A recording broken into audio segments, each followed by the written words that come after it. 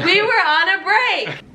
Everyone's asked if I could put Michael in a video, and the answer is sure. Hey everyone, welcome back to my YouTube channel. Today's video has been requested for quite some time, and I've been asking him to do it with me for months and months and months, and finally he agreed to do it. And then you'll never guess what happened, but of course last night my tooth chipped again. Check it out. And so because of that, I was gonna push it off again, but then I figured, whatever. You guys can deal with the chip, right? The topic of today's video is how we made it through a 5-year long distance relationship, or as we like to call it, an LDR. Yeah, it's my favorite term.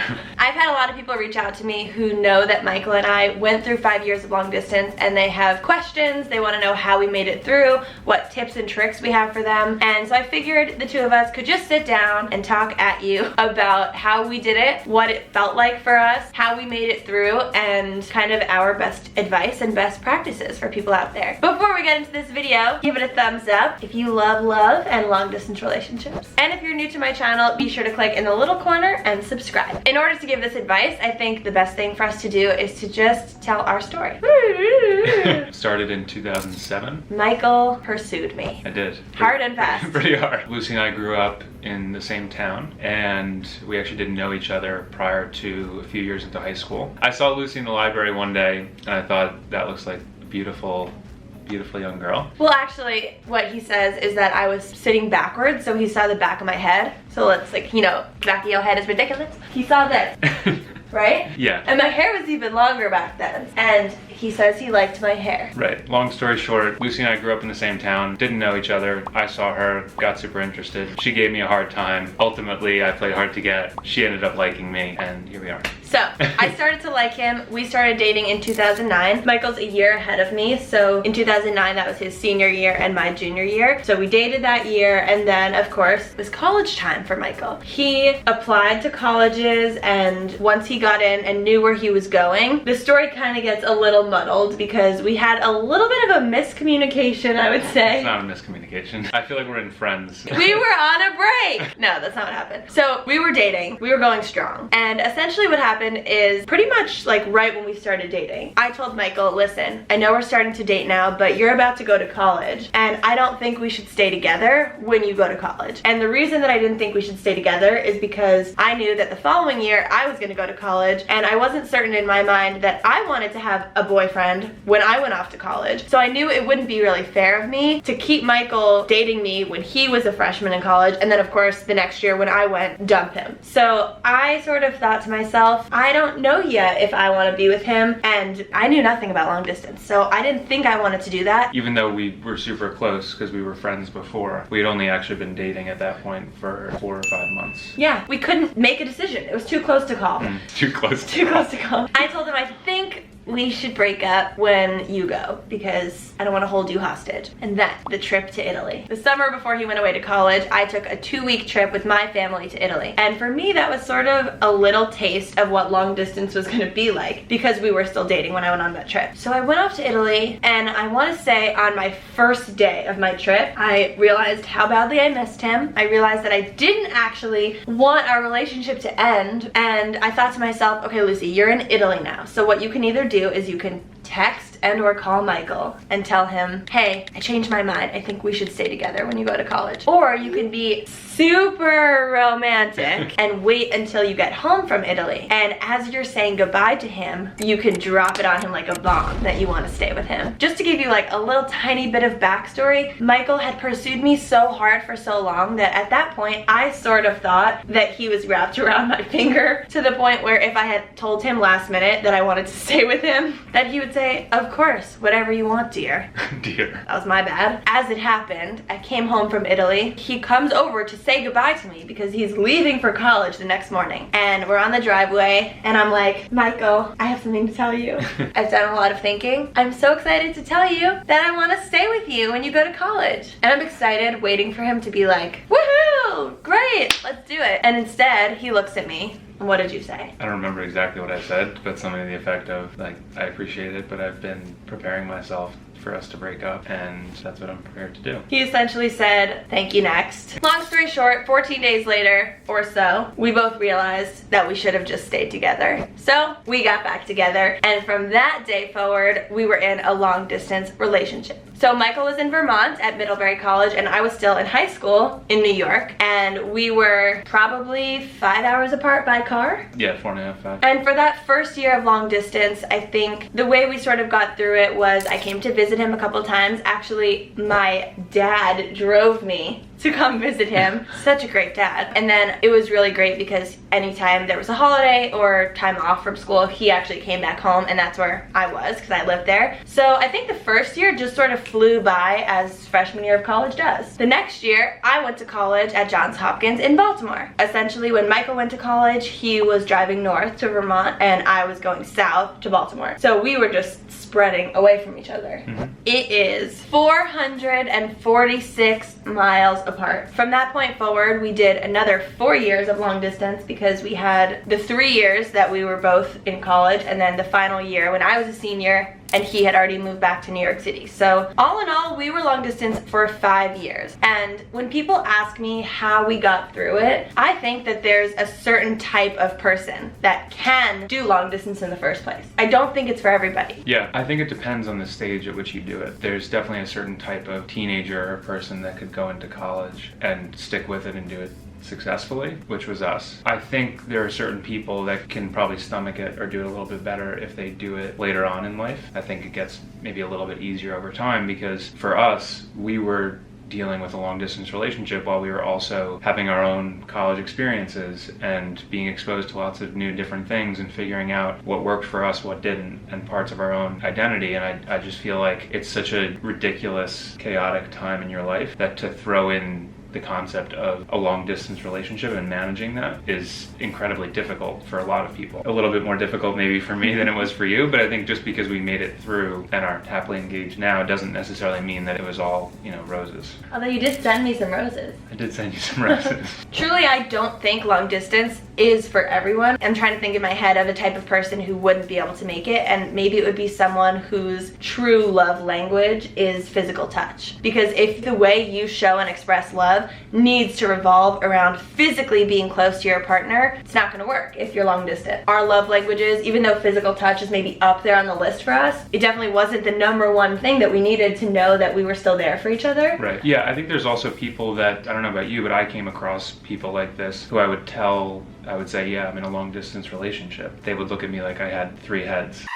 But I think there's people that it's not that they couldn't do it, it's just that they would never even consider it. So I think the reason that we decided to start long distance in the first place is because in high school, I guess right after the point when I came back from Italy, when I decided that I really wanted to be with him, obviously it's easy for me to say this now as someone who's engaged to him and is a full functioning adult. I actually at that moment in time thought I'm going to marry him. I really wanted to marry him. I feel like so many people our age were just like, how do you know? You're so young. Don't you want other experiences? And I just knew it so strongly that for me, the option of not staying together in a long distance relationship was actually upsetting, like viscerally upsetting. If I was gonna give someone out there my tips for how we made it through long distance, I would say #1 tip is trust. If you're not with your partner, I think the #1 thing you have to have is just a full 100% security of trust that this person feels the same way about you that you feel about them. Yeah, I would say part of what builds trust, and maybe even comes before it, is just transparency. And obviously when you're in the relationship, but even before, when we were deciding whether we wanted to stay together, which was, I'm going to college a year before you. Are you interested in staying with me when you go to college? It's just the idea of having those, what can be difficult, transparent conversations. When we would talk and I would say, oh, I'm going to get lunch with this guy or this person from my class or with this boy from my a cappella group, you had to just trust that I was being faithful. I mean, it's as simple as that. I think the next thing that you have to have is confidence in yourself and in the decision that you've made to stay in this long distance relationship. And the reason I say this is because I don't know how it was for you. I would love to hear. But for me, as a female who was in a long distance relationship with a male who wasn't there, I cannot tell you how many boys, I'm gonna call them boys because they were not men yet, can't tell you how many boys on campus, whenever I'd be out at a bar or at a frat party or at any sort of party, would look me in the eye and ask me, why are you in a long distance relationship?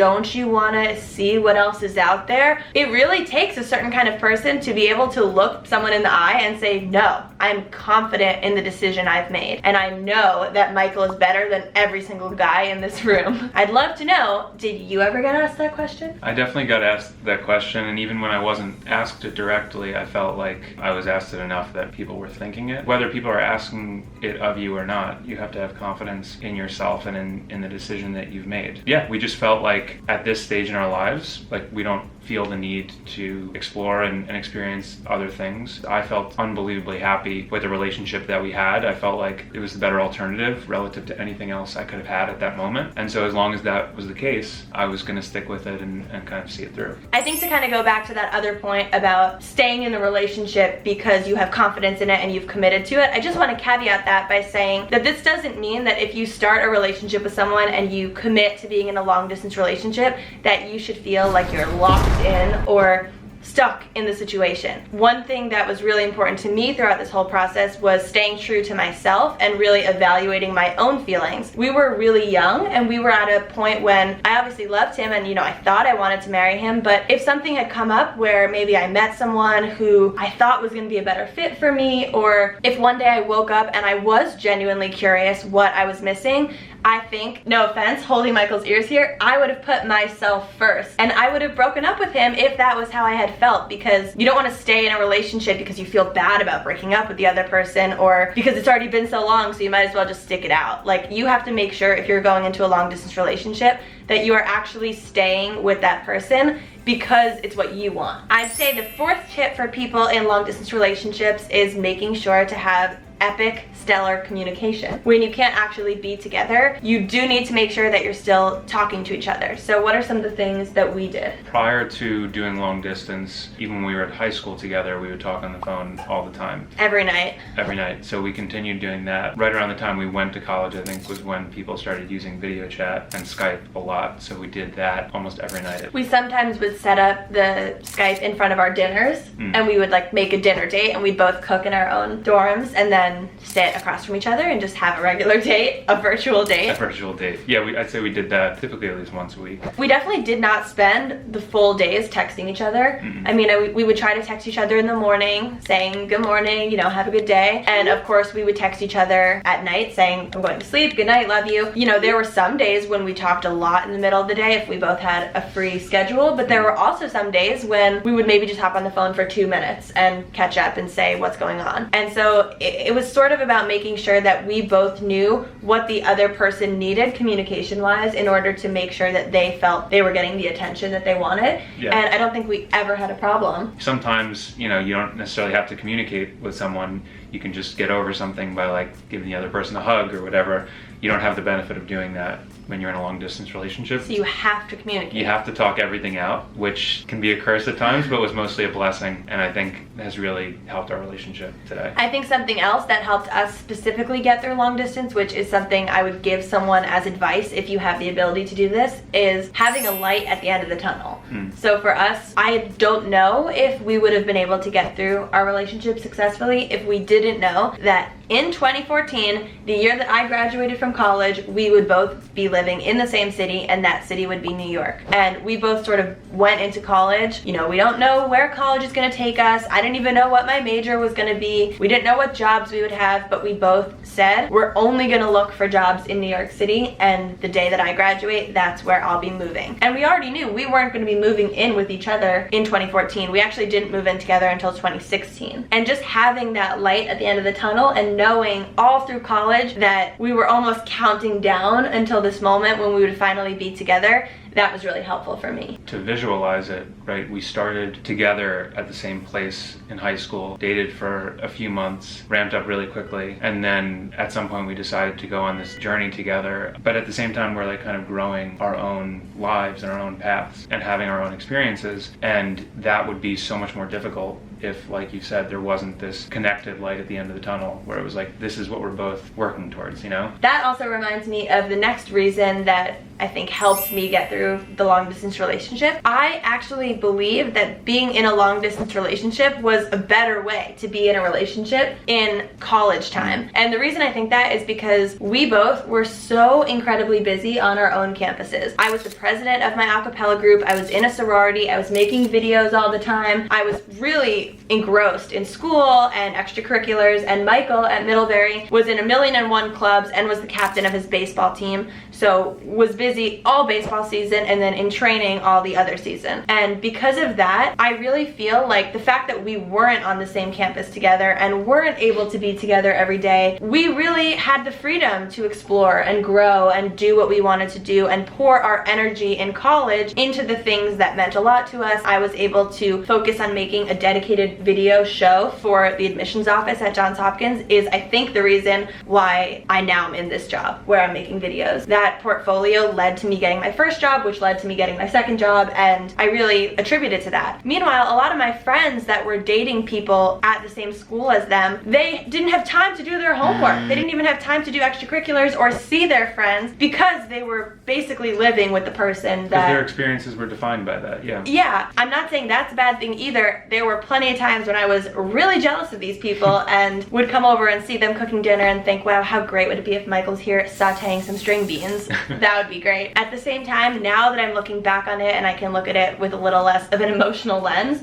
I think it was great. I really highly recommend a long distance relationship if you're looking to still feel like you have that person by your side, but you also want to go off and do your own thing and grow as an individual. Yeah, if done right. I think that there's the stereotypical thing within a long distance relationship is that can be significant trust issues on one side or both sides. And again, stereotypically, I think that creates this image of maybe people that are like not truly exploring other avenues and creating their own identities. They're just kind of like locking themselves in a room, isolating themselves from the rest of what's going on around them rather than fully going into it. I think that's what everyone thought we were doing. Not our friends, yeah, but whenever we would tell people we're dating, everyone was sort of like, oh, so you don't go out? So you just talk to him all the time? And I'm like, no. I actually have more time to go out because he's busy doing his thing and now I can hang out with my friends and I don't have to lock myself in a room with a boyfriend that's here. Next tip for people who are in a long distance relationship, something that really helped me is having a model example of another couple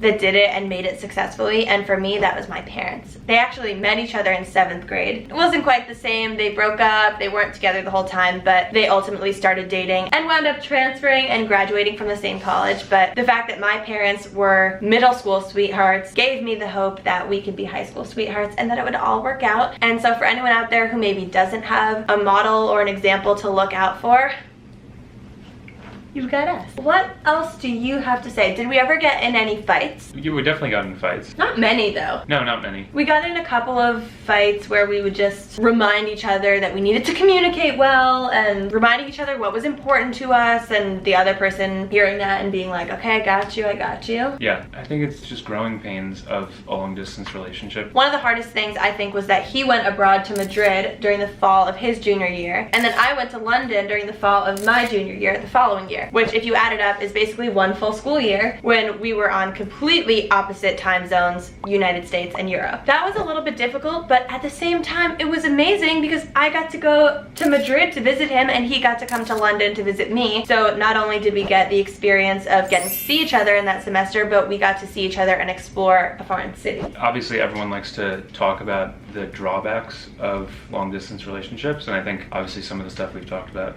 on this video is obviously benefits of it. But we also, you know, getting to experience London like that, or you coming to visit me with my family in Madrid. And experiencing the best lobster I've ever had. We're gonna go back to Madrid just for that. Like Lucy said, I played baseball in the spring, so I could travel a little bit more to see her in the fall. She was super busy with lots of activities throughout most of the year, but would come visit me as frequently as she could. And through that experience, and the fact that we're still together today, you know, I now have meaningful relationships with her Hopkins friends, and she knows my Middlebury friends. And it just feels like more of a family type relationship at this point. Yeah. So do you have any more tips? Looking back on it, it's crazy to me that we actually were able to make 5 years long distance work. I think it took much more of a toll on me than it did on you. I know that it did. Yeah, Michael had a little bit more trouble than I had just dealing with it. I think maybe one of your love languages is more so physical touch than mine. I don't know, I really like acts of service. You're maybe even naturally just a little more emotional than I am. Yeah, I think I can be. I just also think that at that point in my life, I had more of a difficult time compartmentalizing everything and saying like, well, obviously, you know, I've got Lucy in this relationship over here. Let me put that aside for now and focus on some of the other stuff that I'm doing at school. I was able to do more of that and find more of a balance over time, but I think at least at the outset, it was a struggle at times to balance everything. But you did it. You did it. I think the thing for me that, you know, when people ask me, how did you do it? Oh, wow, like that's such a long time. How did you possibly swing that? I just sort of tell them, I really wanted to be with him. It wasn't that big of a question. I think if you are really sitting there considering, should I be in this relationship? Should I break up with him? Maybe it's just not the right thing. But if you're the one who's saying, I know this is the right thing, despite all adversity and despite all every one of your friends and family has to say about the situation, you know that it's the right thing, then I think you'll have a better shot at making it. The last thing I would say is that I also think when you're in a long distance relationship, every time that you see each other, it's an event in and of itself. It's so great. Right? Like you don't have to build anything into it. You don't have to necessarily go to a concert or do this or that. It just feels like a huge deal every time you see each other. We used to have countdowns until we'd see each other. So I almost feel like our whole college experience was counting down and feeling excited about something that was coming up. Right. So that helps with the long distance relationship. But once we were in New York City together, it's then adapting to, okay, we're not long distance anymore. This is unbelievably amazing that I can see you as frequently as I'd like. But it's then figuring out the next stage of your relationship and adapting to, okay, we're hanging out almost on a daily basis. How do we make every time that we're together just as special now that it's not this huge event? And I think that was just the next stage that we kind of fell into, and that was obviously a more natural type development. Where we are today, which is right here, just about 11 months ago.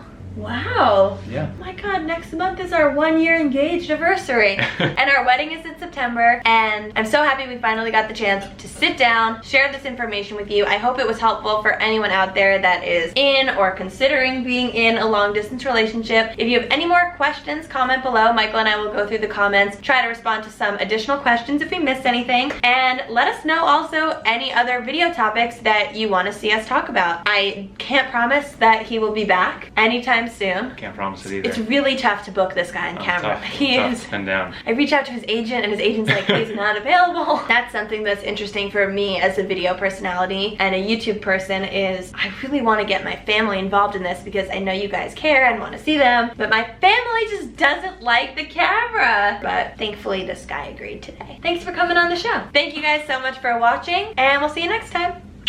Love you. See ya. LDR. Hey YouTube, thanks for watching. Click here for another video on my YouTube channel and here to subscribe. Bye. Do it. Do it. Yay!